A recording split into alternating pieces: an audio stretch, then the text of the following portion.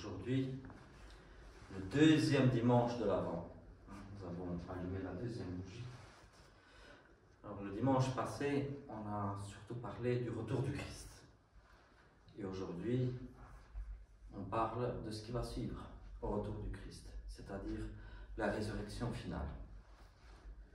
Et en ressuscitant des morts, Jésus a annoncé la résurrection générale.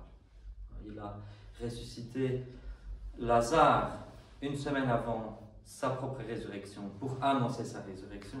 Il a ressuscité deux autres personnes, chaque fois des enfants uniques de leurs parents. Ici, la fille de Jaïr.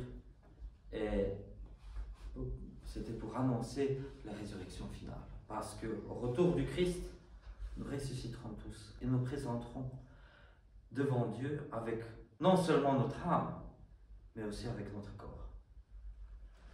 Chaque être humain sera réuni, sera à nouveau intègre, corps et âme, esprit et corps. Et nous présenterons ainsi devant le juge qui est le Christ. Alors Saint Paul nous dit que nous n'avons pas ici de cité permanente. On a lu dans l'Épître aux Philippiens, nous n'avons pas de cité permanente. Nous sommes des citoyens des cieux.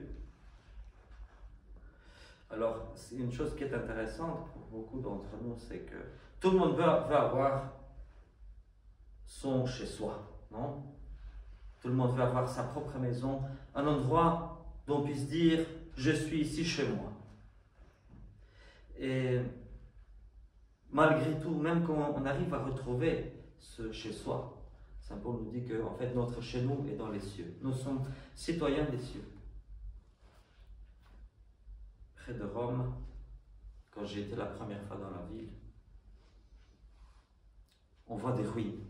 Des ruines et des ruines et des ruines et des ruines à l'extérieur de la ville. Des champs entiers de pierres et de ruines.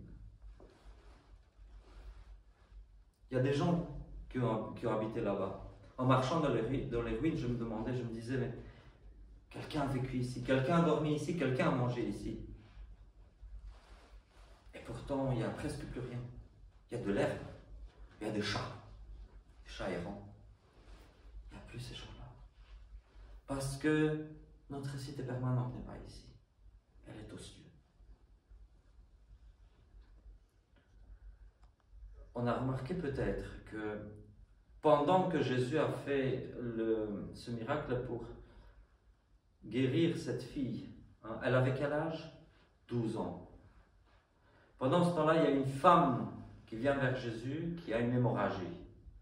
Et elle avait cette hémorragie depuis combien de temps? 12 ans. C'est la même période. On dirait que l'hémorragie de la femme a commencé quand cette fille est venue au monde. Ça a l'air de ça. Et c'est une étrange coïncidence, mais Jésus guérit l'hémorragie de la femme.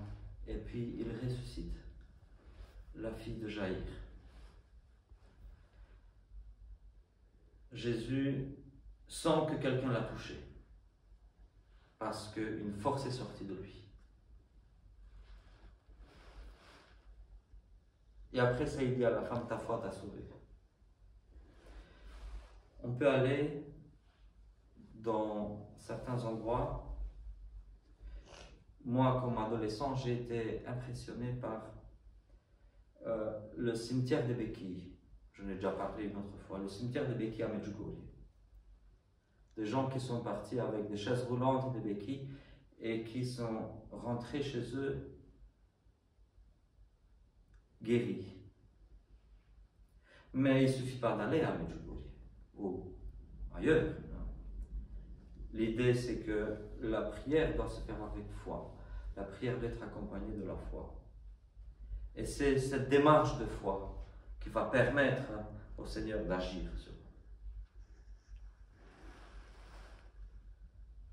Je ne vais pas être long. Et je pense que nous pouvons marcher vers l'avant, continuer à marcher vers l'avant, vers Noël. Nous pouvons continuer à marcher vers Noël et vers l'Épiphanie avec cette espérance, cette joie de dire quand le Christ viendra en juge, nous ne devons pas l'attendre comme des accusés qui ont peur que le juge les mette en prison. Nous devons bien sûr mettre nos vies en règle. Parce que si on n'a pas mis nos vies en règle, forcément on attendra le Seigneur que comme un juge, comme quelqu'un qui vient nous mettre en prison. Mais si nous nous mettons en règle avec le Christ, dès cette vie-ci, alors nous pourrons attendre le Christ. Et peut-être qu'il viendra quand nous serons morts et nous ressusciterons. Ou peut-être qu'il reviendra de notre vivant. Le plus probable serait que nous soyons morts et puis que nous ressuscitions à ce moment-là. Mais ce serait mieux de pouvoir dire, non pas « Aïe, aïe, aïe, le Seigneur vient nous juger », ce serait mieux de dire « Enfin, le Seigneur vient rendre justice ». Et c'est avec ça, avec cette pensée que nous devons attendre le Christ. Amen. Amen.